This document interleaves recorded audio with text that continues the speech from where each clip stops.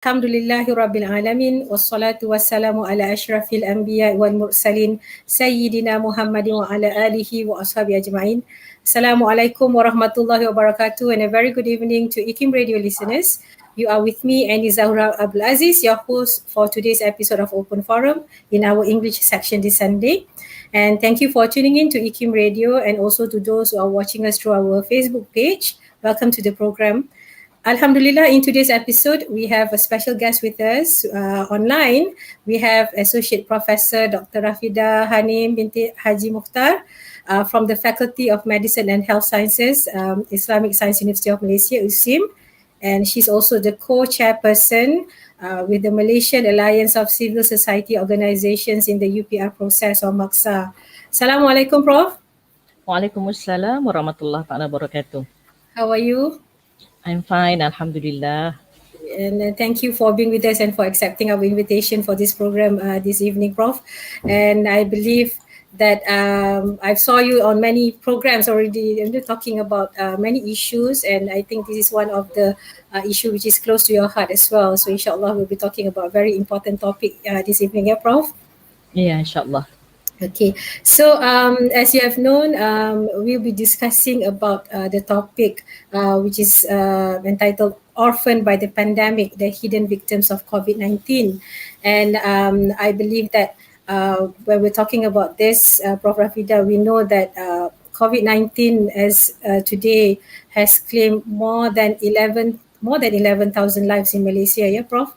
And among those who have become victims to COVID-19 are mothers and also fathers and also grandparents of children. And a number of these are very young children who have become what we call as the hidden victims of the pandemic, Prof. We notice that the rising number of fatalities because of COVID-19 also bring about the greater number of orphans at a very young age, as we see today. We know that in Islam, Prof, when we're talking about orphans, or the word yatim to explain, these children. In Islam, the position of orphans are very much, recognized, and we know that children's right in Islam is to be protected. They have to be taken care of physically, psychologically, and emotionally. And these rights do not change even though they have become orphans, yeah, Prof? Yes. So maybe in as an introduction to our discussion this evening, in what way has this pandemic impacted children in general, Prof? If you may share with our listeners today, inshallah. Yeah. Thank you very much, Annie, and thank you very much, Ikim, for having me on this topic. It's something that I always say that unprecedented events in the century that many of us are caught off guard, and a lot of things are very new to us. When we deal about COVID-19 pandemic, and we have to also think about the children, right?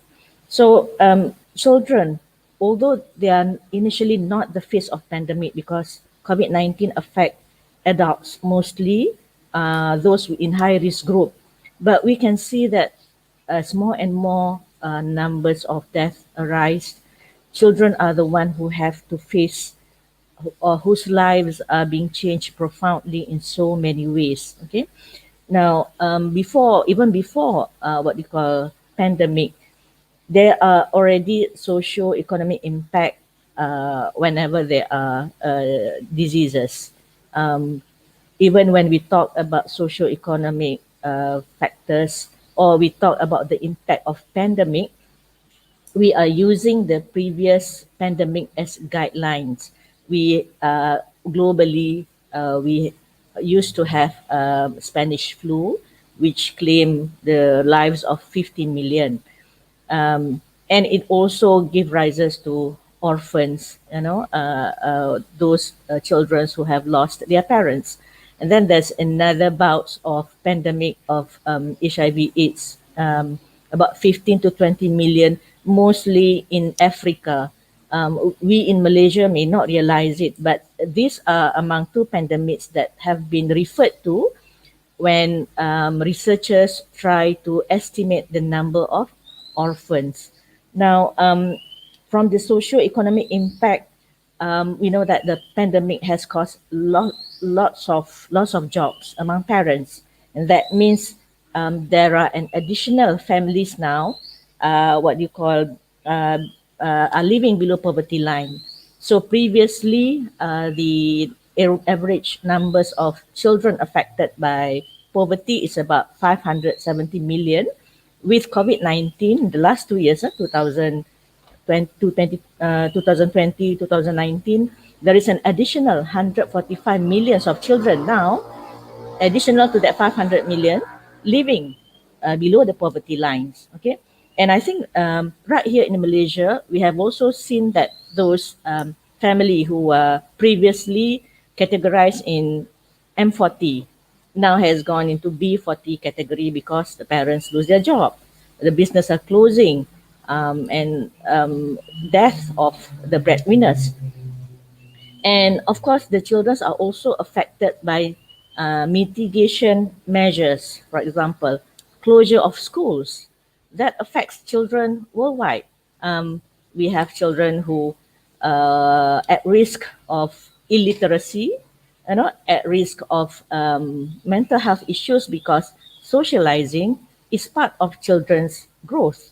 Okay, and of course, I think what we are going to touch after this is the third part of impact, which is death of caretakers, the death of parents and death of caretakers. Yeah, you've mentioned about how there are so many aspects which are impacting children, not just in Malaysia but also worldwide. And we're talking about the fatalities that are rising because of COVID-19, and the victims are parents, are breadwinners of families. So this is another problem that's arising in Malaysia, especially when we're talking about orphans. Yeah, Prof. We know that in the Quran it says about this aspect so many times, and it has stated that um, in one verse, Allah Subhanahu Wa Taala actually suggests, in the Quran, Allah suggests that a person who ignores orphans is not really a believer. In Surah Al-Maun, where Allah says that, "Have you seen the one who denies the recompense of the religion? For that is the one who drives away the orphan." And in another surah, in another ayat, Allah Subhanahu Wa Taala says that. Uh, describes the righteous in paradise are being those who take care of orphans during their worldly life. And the position of orphans is also very much, highlighted and elevated by the Prophet Muhammad Sallallahu Alaihi Wasallam. Sallallahu When Alaihi Wasallam. in reported hadith of Abu Hurairah says that Rasulullah says, uh, whoever caresses the head of orphans in affection solely for the sake of Allah, a good deed will be written to his account for every hair over which he passed his hand. And whoever treated an orphan, boy or girl, with goodness and kindness, he and I will be close to each other in heaven as his two fingers. And the Prophet ﷺ made a gesture with his fingers as explained. So, with the rising numbers of orphans due to COVID-19, yeah, Prof, what are the responsibilities of the government and the relevant agencies that you think they must focus on it, or they must seriously take into consideration when addressing this particular issue, Prof? Yeah. I think the fact that Islam has guidelines when it comes to managing orphans, and then the many rewards and bounties awarded to those who are taking care of orphans, we have that we already have that kind of positive responses of society towards orphans. Yeah, But the issue now is that COVID-19 come up with a new phenomena of rising numbers in a very quick time. yeah, yeah, So what we have to deal now is that death within weeks or even death within days. yeah, The family have little time to actually prepare for the trauma, mm-hmm. and we are seeing that even when we are speaking now, we just had the loss of young mothers, who are pregnant, who had to deliver their children through cesarean section and leaving the baby, Mm-hmm. and the mother died. Mm-hmm. So these are among the what you call unpreparedness for the family, and I would say even society. Yeah, Judging from the responses of the society, is that we were very sad ourselves with the what do you call the way COVID-19 affect our society. Now, Yeah. we also have to dissect a little bit more when we discuss about orphan in our setting. There is also what you call the loss of custodial grandparents. Many of us do not realize that there are many young parents who are working and putting their children under the care of grandparents. So this is custodial grandparents who the loss of their grandparents are also something which affect the children because the life is attached to the grandparents as well, and there Yeah. are co-residing grandparents. That means the grandparents living in multi-generational family, in extended family. So you Yeah. have loss of parents, loss of custodial grandparents, loss of co-residing grandparents, and perhaps loss of aunties or uncles who have been a major part of the children's life. And this loss is actually what you call come up so fast and so soon that many are not what you call prepared for it. Yeah. Yeah. And what you call Lancet just come up with a report where a group of researchers studying 21 countries, and they make a model analytical, found out that there is projected to be 1.5 millions of what you call children's being orphaned because of the COVID-19. Out of this 1.5 million, about 1 million is due to loss of their parents. Now, we also have to go into details because children with father's death are 5 times more than children with mother's death. But although these are what you call the numbers, we also know that the loss of a mother for young children will affect the whole family. So how do we actually approach the problems of children losing their parents and caretakers? We'll have to go into details and to dissect each category and whatever measures that we are going to respond to these losses, what you call must be evidence based. Okay. Yeah. I think that the what you call now what the society have to decide, yeah, what kind of model which is suitable. Is it institutional based or is it still a family based? Yeah. Now, having more and more orphanages, is it beneficial as a whole, or is it better to have a family based foster care? Because we also have to know that institutionalized care is not necessarily much better. The children who are in the institutions, rumah anak yatim, are also exposed to risk factors of having traumatized, being in a what you call strange environment, totally Yeah. removed from the family.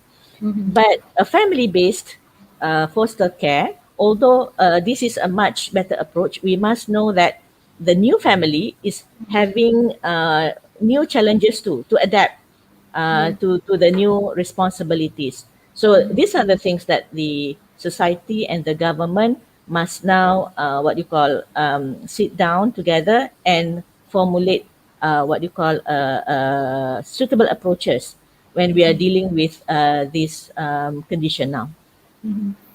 Yeah, I know like countries in Western countries, they most of them, I think quite a number of them adopt this family-based approach when we're talking about foster care and how to deal with young children who have lost their main caregivers.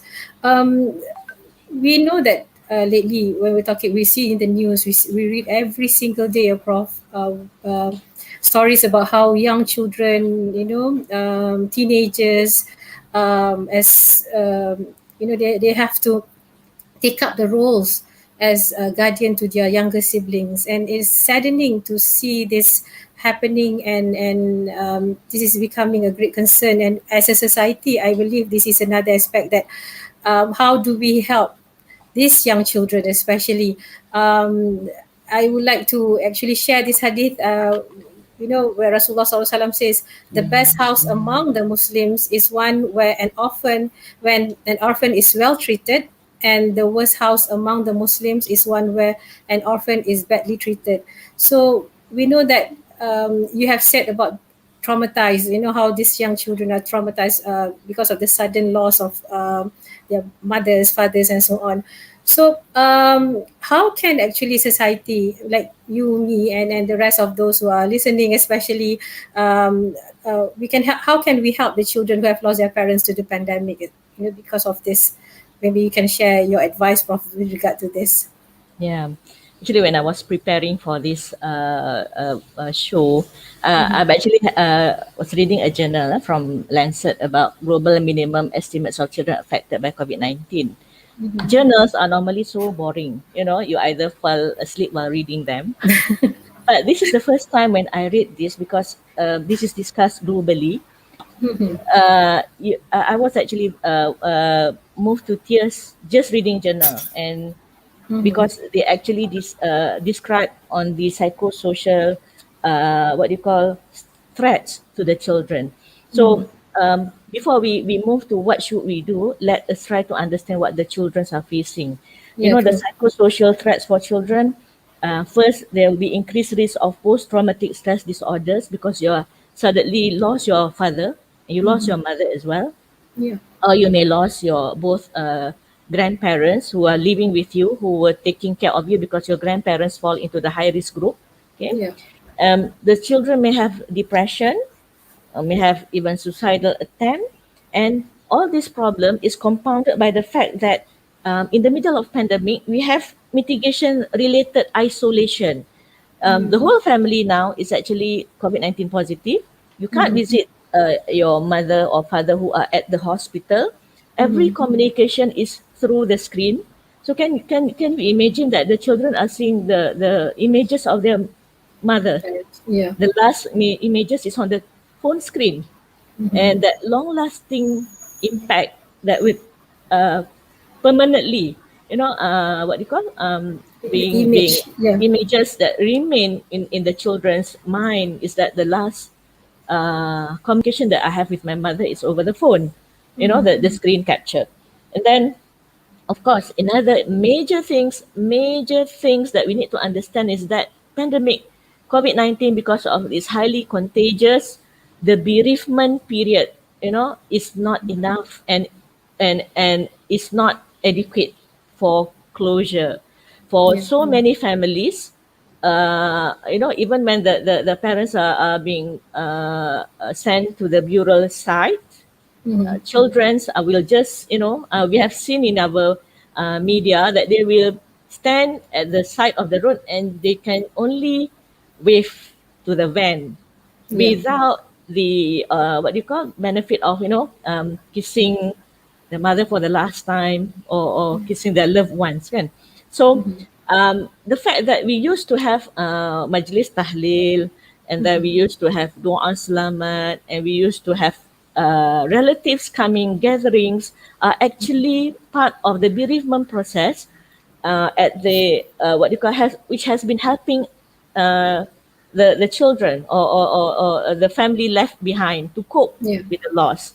But now yeah, even this is cut short. Okay, yeah, so um, so that's why I think the whole of Malaysia is actually trying to understand this thing. I would yeah, say that this is very new to all of us, because we are all facing the pandemic. So we are yeah, working the answer together on how can we actually support each other. And that is why, even when our model, a foster care, where perhaps the extended families are opening their families to the children who are left behind, we must know that the new families has to adapt to the new care arrangement as well. And that is why I think we need to have more, what do you call, counselors, yeah, family counseling, what do you call, similar groups of new family taking care of new orphans, supporting each other, and the government needs to have a special helplines just for the family who are now being the foster parents for the children left behind. Um, they are still in what you call family-based setting. Okay, Yeah. but if, for example, we also have to look into the institutionalized for those children who may not have anyone to take care of them because perhaps the parents are the only next of kin or they don't have extended families with them. So even for our rumah anak-anak yatim too, this sudden loss of parents would need to have a special what you call mechanism where the government, the counselors, the psychiatrists would come and step in to what you call mitigate the psychosocial impact of these children. So we need to have effective bereavement approaches, psychosocial groups that helps all these new families, okay, who are taking care of the children, empowering surviving caregivers. This is very important. Empowering surviving caregivers in the form of aunties, uncles, maybe their grandparents now who not only suffer the loss of their children, but now having to take their grandchildren with them. Okay, um, and there is also a trauma focused, what do you call, behavioral therapy provided for the families. I think that the spirit is there. We all know that taking care of the orphans, a deed which is what you call very highly regarded as a good deed in Islam. But the little details, the technicalities, the support must also be there and be equally strong. And we must all understand that it is not easy for the new caregivers to also adjust, to the new children coming to their home. But the society, the school system, okay, Yeah. the teachers would all have to actually adapt to all this, and we have to work together, inter agencies. Yeah, you've mentioned about how we used to have that bereavement period and the support from those who are around us, especially our immediate family members.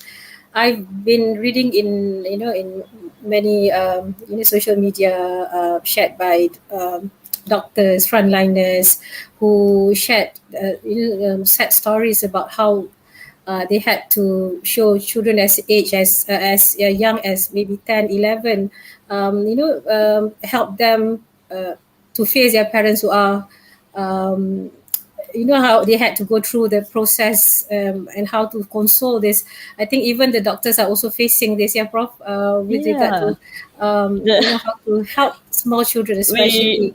we should have a session about the trauma faced by the frontliners. That will Yeah. be a session by itself. You Hmm. know, So you've mentioned a lot about how we need to empower family institutions, especially. Maybe you can share the changes that you might see with regard to the situation of the family institution because of this one. Maybe you yeah. can explain what are the changes. There will be definitely be changes to the form of family institutions. So maybe you can share with our listeners, Prof. Yeah, yeah. I think because of the mitigation measures where schools are closed, university are closed, so I think more and more parents are having full nest Yeah. because all the kids are at home now.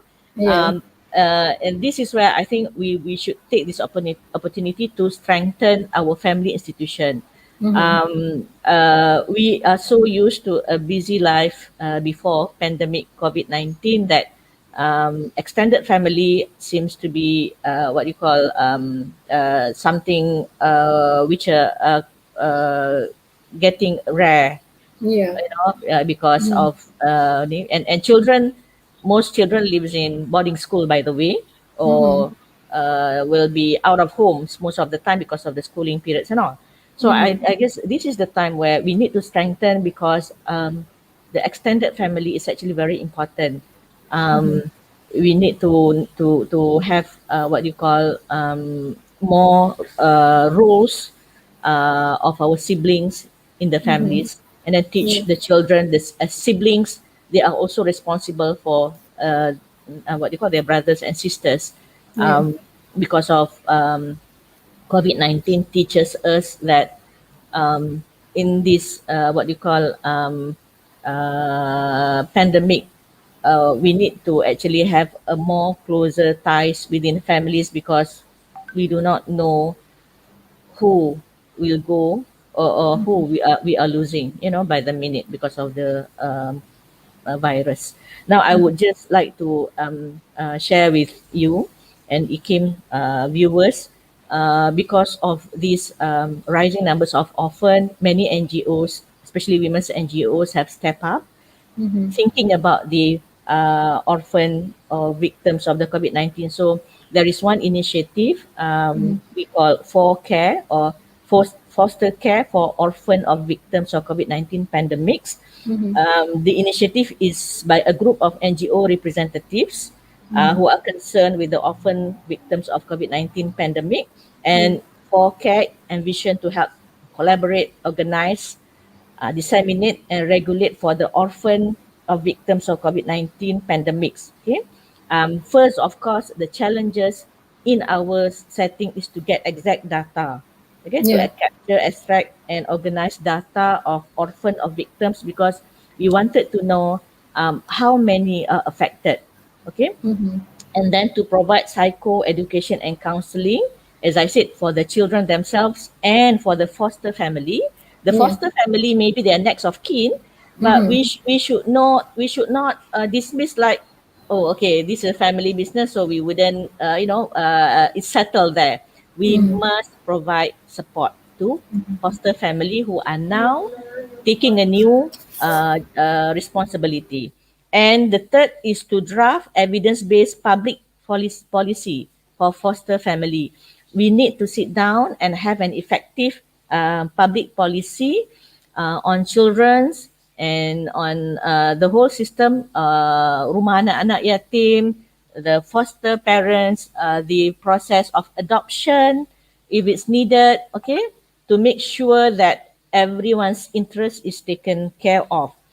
This For Care initiative is will be led by Professor Dr. Siti Aisyah Hassan, a family professors in family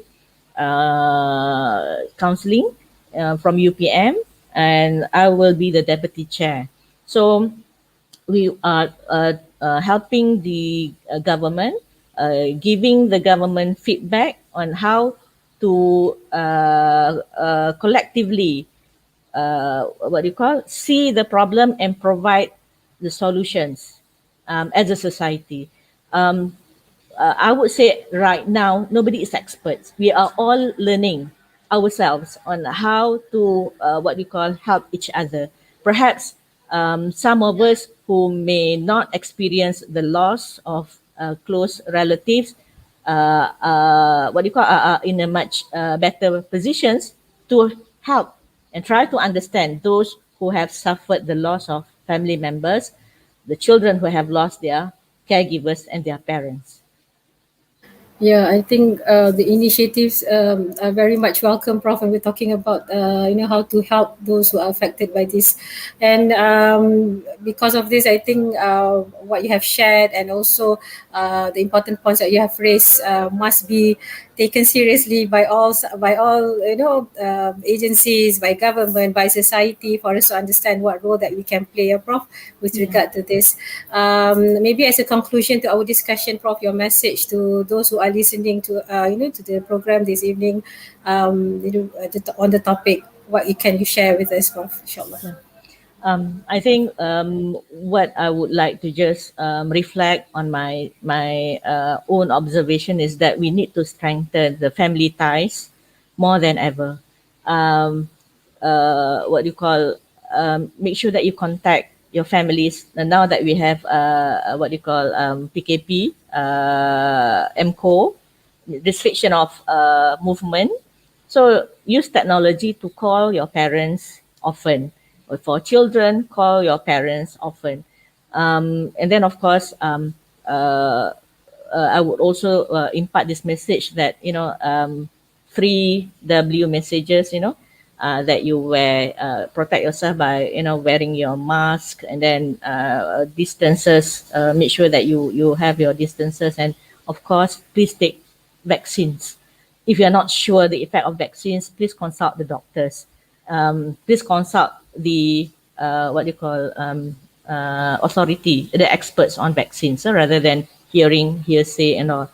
And also because of this what you call COVID-19, I think try to be more empathy. Things are not in the normal way as they are before COVID-19. So we may have people who may not communicate in a normal way or in acceptable way when they have loss of their loved ones. Try to be empathy, try to understand them, and try to provide as much support as we can as a society. Inshallah. Right, thank you, Prof, with what you have shared, and your thoughts on this issue. I think is very much appreciated. And we're talking about this topic, Prof. I would like to thank you, Associate Prof. Dr. Rafidah Hanim, for being with us today, and on the topic orphaned by the pandemic, the hidden victims of COVID-19. So always remember our loved ones, as you have said, Prof. Tell them that you love them, show Yes. your appreciation Yeah. towards them. It might be some people this might be new, or they might be awkward when it comes to Yeah. expressing how much they Mhm. love some people, but then this is a time that we need to tell those people closest to us, our family members, our siblings, our parents, how much, and our friends, how much we care about them. Yeah. And and with that, Prof, I thank you, and also for being with us this afternoon. And thank you to my producer Haja Mazina Ismail, and also to our digital technology team in the studio who's helping us with this, and to our fellow listeners, Prof, and who are tuning in. Do you tune in again to our program Open Forum every Sunday at 5:15 p.m. with more interesting topic, inshallah. Stay safe, and may Allah subhanahu wa ta'ala protect us always, inshallah. So with that, Assalamualaikum warahmatullahi ta'ala wabarakatuh. Waalaikumsalam warahmatullahi wabarakatuh.